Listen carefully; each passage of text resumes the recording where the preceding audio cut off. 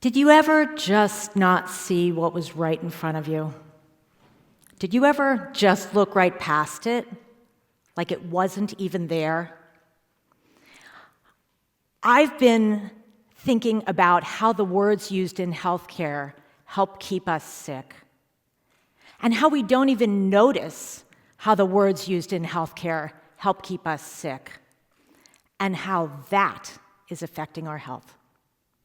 So early in my career, I learned that the labels we used made all the difference in what people took away, what they assumed, and what they did next. In fact, I learned that just one word could make a difference. It was my first job out of business school. I was working at Procter Gamble, and I was on the brand team on Crest. Well, we had toothpaste usage research that said that people who live together in households, like families and couples, sometimes argued over their use of toothpaste. It was things like cap on, cap off, squeeze from the middle, squeeze from the bottom. And maybe this happens in your household. We had a package that could solve this problem. When you squeezed the tube, the toothpaste would come right out, and when you let it go, it would suck it back in. It was my job to be able to explain to people why that mattered. So I wrote the concept that we put in test, and I named the product Crest Clean Squeeze. It tested quite well, and we were moving towards national introduction. But there was one thing that was really bothering me. I wanted to make sure that we correctly reflected what the enthusiasm that we had seen in focus group research. So right before we introduced nationally, I took it back into research one last time. And what I found out there changed the way I thought about everything forever after, and it was this. Clean is the opposite of dirty, but neat is the opposite of messy. And people weren't worried about dirty toothpaste. They were worried about messy toothpaste. So we simply changed the name from Crest Clean Squeeze to Crest Neat Squeeze, and the score shot up measurably. I mean, honestly, I couldn't believe it. It was just one word, and that one word had changed how people thought about the product and what they thought it could do for them. So I became a convert because I had learned how words could actually steer thinking. So I've been focusing on the power of words and the power of just changing one word ever since, whether it's been working on brands at Procter & Gamble or leading a brand strategy consultancy for over 25 years. And in my line of work, figuring out the words that really move people to change their behavior is one of the most important things that we do. Whether it's working on brands that are in grocery stores or brands that are in the automotive, financial services, or medical industries. So this is the lens through which I see the world. It's interesting stuff. It's not life or death. Until one day, it actually is. So a few years ago, I witnessed how seemingly ordinary words could steer thinking to have devastating results. One night, my dear friend Donna got up in the middle of the night to go to the bathroom, and she slipped and she fell. She broke her right forearm. She was taken to the hospital. It wasn't that bad a break. She didn't need surgery. She didn't need a cast. She only needed a sling. We had just celebrated Donna's 70th birthday a few months earlier. This should have been only a minor hiccup in her life. But instead, 2 weeks later, after agreeing to a stay in an inpatient rehab that was less than 20 blocks from her home in New York City, Donna was dead.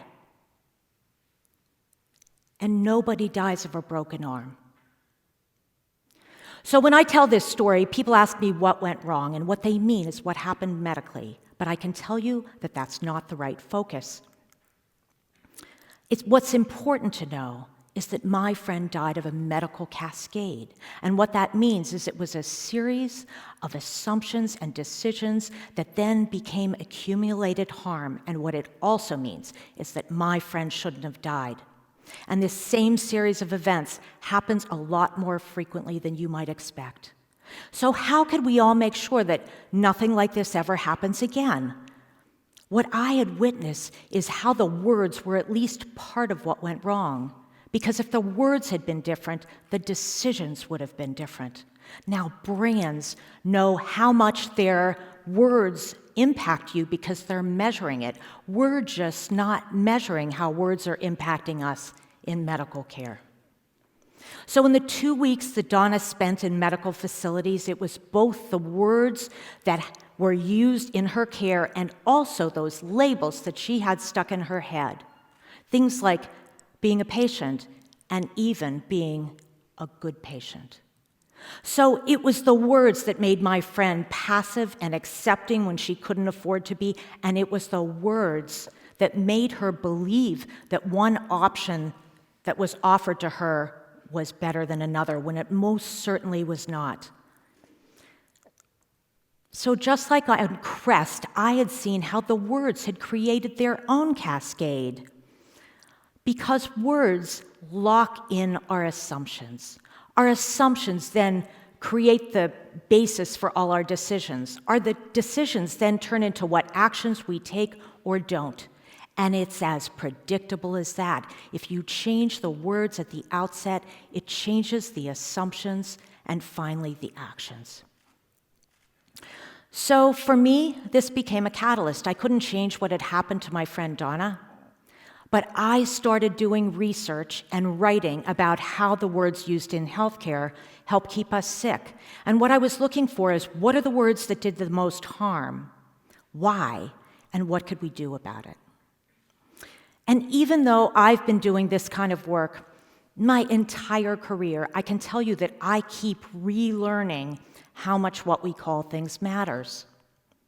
So, as part of my research, I've been interviewing people all over the world, and I've been talking to them about their health and about their medical care, and I've been finding out about how language played a role in their decisions. And I've also been listening for when language played a role in their decisions, and they didn't even notice. And what I found out is how there are all these misnamings in healthcare, particularly here in the US. And what I mean by that is that we call things that they're just not, and it leads us to the wrong conclusions. And the biggest culprits are actually hiding in our most ordinary words. They're like the things that we don't see, that we look right past, like that stuff that I talked about in the beginning. It's almost like we wouldn't believe that something that's such an ordinary, ubiquitous word is something that would do harm. So I'd like to share just 2 of these with you today. The first one is the word system, as in healthcare system. Well, assuming that we have a system is something that makes us act in ways that is not good for our health. What a system actually is a set of things that are working together or an organized method. But what we have here, particularly in the US, is not a system at all. It doesn't exist. I'm not being critical. It just wasn't set up that way by design. Instead, what we have is much more like this. It's just a bunch of businesses, and each of these businesses are doing what's best for their own individual business. So calling it a bunch of businesses, even in our head, is something that would be protective of our health.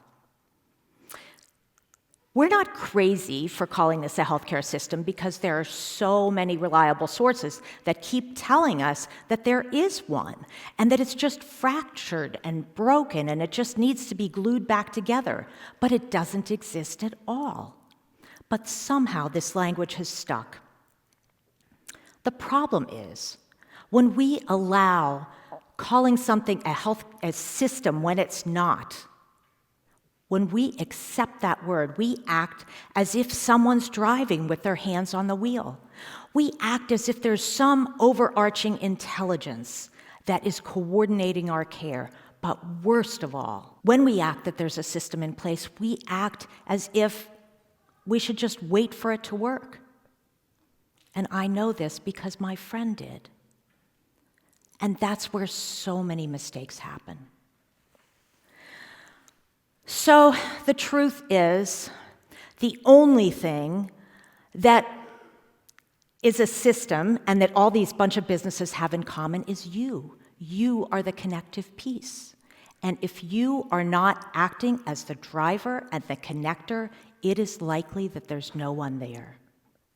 So instead of picturing what we have as a system, since it's not, I would suggest that we all picture it kind of like a mall, like a whole bunch of businesses, one beside each other, each of them sharing the same space even, but they all are set up differently, they have different goals, and they sell different stuff. There are so many good people that are working in all of these industries, but each of these different medical businesses really feel a need to focus on their sales and profit, and that's happening much more than keeping their eye on the ball for you. So I'd like to share a real-life story of what happens when we have system in our head. I just recently saw a documentary as part of my research. It's called Greg's Wings. It's about Greg, a 31-year-old father of 3 who just died from one of the most curable forms of cancer out there. And the reason that he did was all the delays in his care. He suffered one delay after another, and much of that happened in the handoffs. It was as if a piece of paper didn't get handed from one store in the mall to the next. I am not saying that Greg was at all at fault. What he was led to believe was that there was a system and he was waiting for it to work. He might have done something a lot differently if he had a bunch of businesses in his head instead. I know that's true because I just interviewed Greg's father last week, and he told me that he refers to what we have as a non-system, and that it's made him make different assumptions and take different actions with his family members who are undergoing health issues right now today. So I'm urging all of you to fight back. I'm urging you to not accept using a word that is just simply not true. And what each of us can do about this is deceptively simple. Anytime that you hear the word system or you read it or you're about to say it connected to healthcare, I'm suggesting that even in your head, you substitute the word bunch of businesses. And if we all substitute the words bunch of businesses for system, what assumptions might we make differently that could even someday save our life? So system isn't the only ordinary word that's putting us in harm's way. How about patient? Acting like a patient or a consumer of healthcare is something that's not good for anyone. We picture ourselves as incapacitated, and it affects our actions. So why are these the only titles that have been offered for the most important job we'll ever have? Patient, the word, comes from the Latin root to suffer, and the first dictionary definition is to bear and endure without complaint, quietly awaiting the course of events. And if you're thinking, no, I don't need to look in the dictionary, we all know what patient is, let me share with you that right now in my research, when I ask people, what comes to mind when you hear the word patient, they pretty much all say the same thing, and it's this: somebody in the hospital, in bed, wearing a Johnny. So what if we all had a job title for the most important job we'll ever have, like a doctor has a job title? And what if we actually chose our job title, one that inspires us, one that really fits with the role we want to play in our health?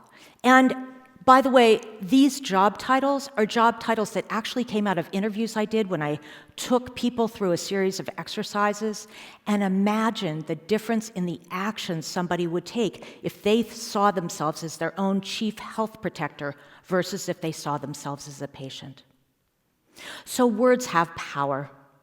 They can either take agency away or they can unleash untold energy and imagination even around our health. It's not good for us, and it's not good for doctors to label us as patients. And when doctors get frustrated because patients won't pick up the ball, we should really think, what work is that word patient doing? Aren't we just all acting to our job titles? So I leave you all with this.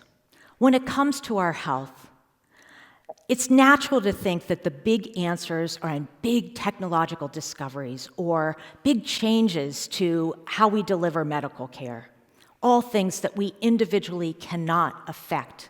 But it's just not true, because study after study shows that the lion's share of what affects our health most are the decisions we make, and they are affected by something that is incredibly low tech, our words. Different words would have made a difference for Donna, and she wasn't even sick. Different words likely would have made a real difference for Greg, and he was.